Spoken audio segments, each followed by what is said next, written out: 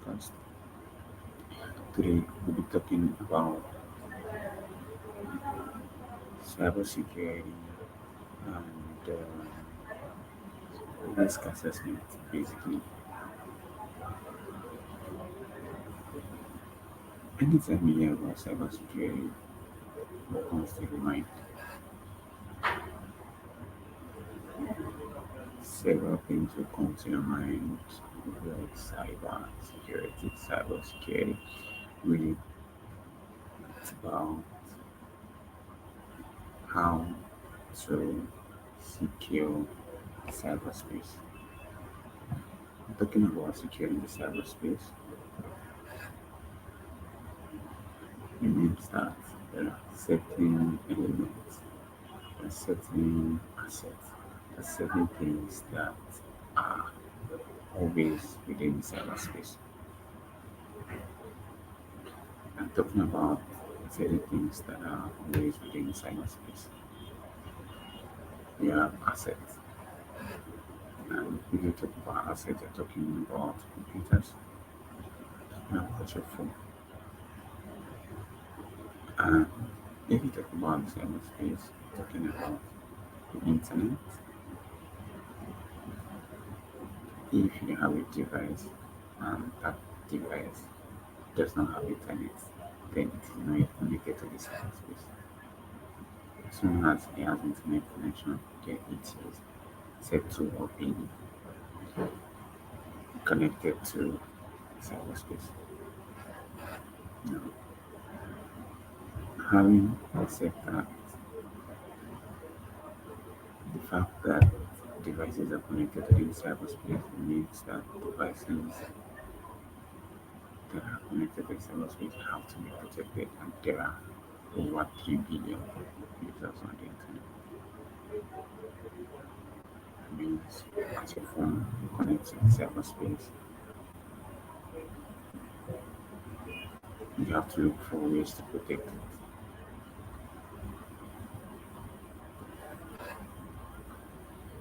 As your phone connects to the cyberspace, you have to look for ways to protect it. For every device you have on your laptops, your servers, as those servers connect to the cyberspace, there is a need for them to be protected. And the easiest way to do that is to make sure that you try to understand the risk, try to understand the worth of the device you have, the worth of the information you have stored on that device, how prestigious that device is to you, the asset in itself. Because when you say something is an asset, it means something that has value. So if the information stored on your phone can be used against you, then it's got some value that should be protected. If the information on your laptops can be used against you, then it needs to be protected. That's what it means. So talking about asset, asset is something that is of value. The laptops also have certain useful information. And those useful information can be exploited. Those useful information can be exploited. And if they can be exploited, it means that it is necessary for you to learn how to protect that information. For example, some people on their phone have a video that they don't want anyone to see. And only by clicking on a link, the video can be extracted from your phone. That means connected to the internet, connected to the cyberspace, connected the internet to your phone, but the phone isn't protected. There are measures, cybersecurity agents. So talking about security, has a lot to do with protection of information. Talking about risk management, it has a lot to do with the potential for an attack to happen, the probability that an attack will happen, so or an exploit will be is likely to happen, or compromise is likely to happen. So, a typical example is that phone that you have. As soon as you connect it to the internet, there's a likelihood, there's a probability that anybody from anywhere can send you a link because it's connected to the internet. So your risk is higher when you're connected to the cyberspace.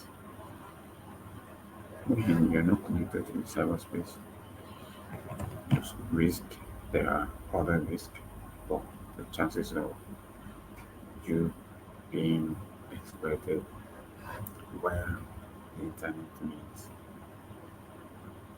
has been mitigated, so that way you're not exposed to such an attack. So talking about security, it has a lot to do with protection of information, privacy, information security has a lot to do with protection of information, cyber security, protection of the assets that are within the cyberspace, either for personal use or for official use or for business purpose. There are several steps. There are several cybersecurity hygiene, information security hygiene that one is expected to apply with. This is the beginning of the section. Um, Welcome to this episode of cybersecurity risk and management. I'll be demystifying several things about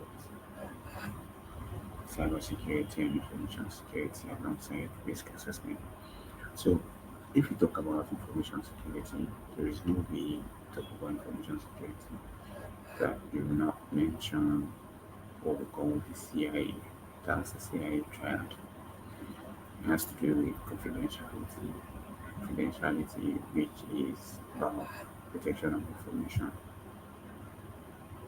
keeping something confidential, making sure that only authorized persons have access to it. That's what the C stands for, confidentiality. The I stands for integrity, meaning that you do not want a situation whereby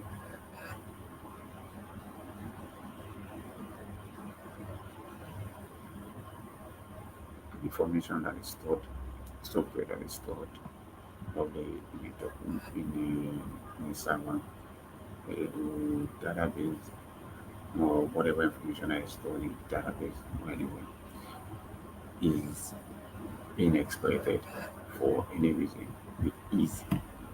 You want to make sure that it's protected. So availability has a lot to do with ensuring that information that is required, that is expected to be available at a particular time, is always available. That's the confidentiality, and the way we talk about information security, about making reference to the CIA triad. It is key, it is an important part of information security. And cybersecurity is a subset of information security. What that means is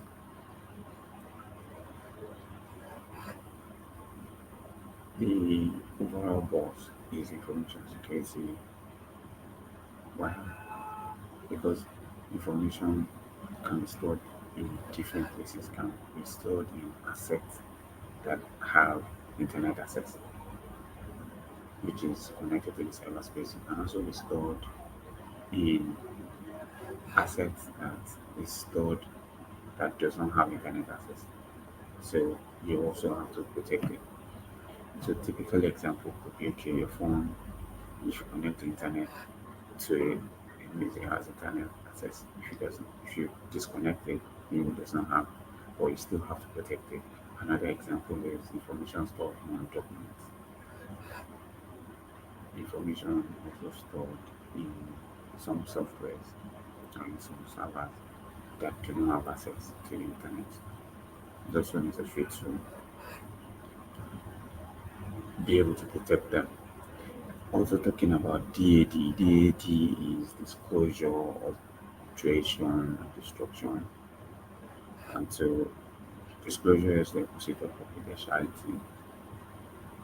In information security, if you're trying to protect information, you're also trying to make sure that a threat actor or a bad person or a cybersecurity um, maybe enthusiast or just skiddy is not going to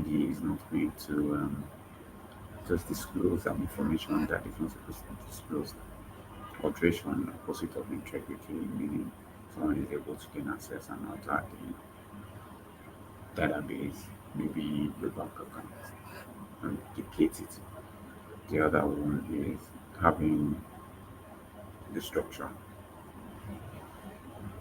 you know, not being able to access certain infrastructure when they're supposed to be available.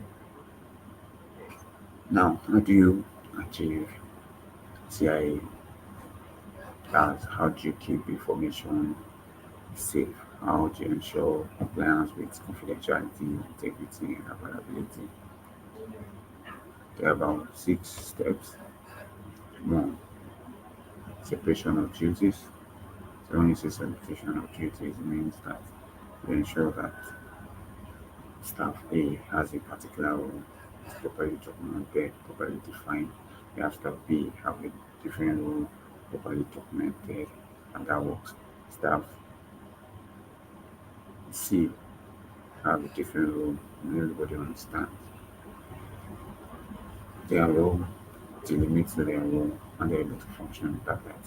Another is mandatory vacation, ensuring that people go for vacation. That way also it keeps fraud in check. It keeps some illegal activities in check. It also ensures that there's continuity on the job. Most times when people go rest, they are able to think well, get refreshed, and get re-energized for the job. Job rotation also helps to promote knowledge sharing and it helps even business continuity. This privilege has a lot to do with giving a privilege that is required. So if you do not have any need to have access to an administrative account, then it's not necessary. If you don't need it for your job, so that privilege is not necessary. Because sometimes when someone is able to have access to such privilege, they abuse it. You need to know has a lot to do with if staff A has that information, staff B does not have it. If there's a need for staff B to have it, then it should be on the basis of maybe let's say staff C does not need to have it, then it should not be shared. If it's just supposed to be between staff A and staff B, then that's it. Another way to also protect that is having drop control on critical systems or critical servers or wherever there are sensitive information. You could also have drop control. An example would be that you probably have a system somewhere and before now someone can just log in and do whatever he wants to do. But now they're able to ensure that only 2 people can grant approval, only 2 people have access. That's one of the ways it works. So if you have questions, you can share and ask. I'll be expecting your questions. Thank you for your time.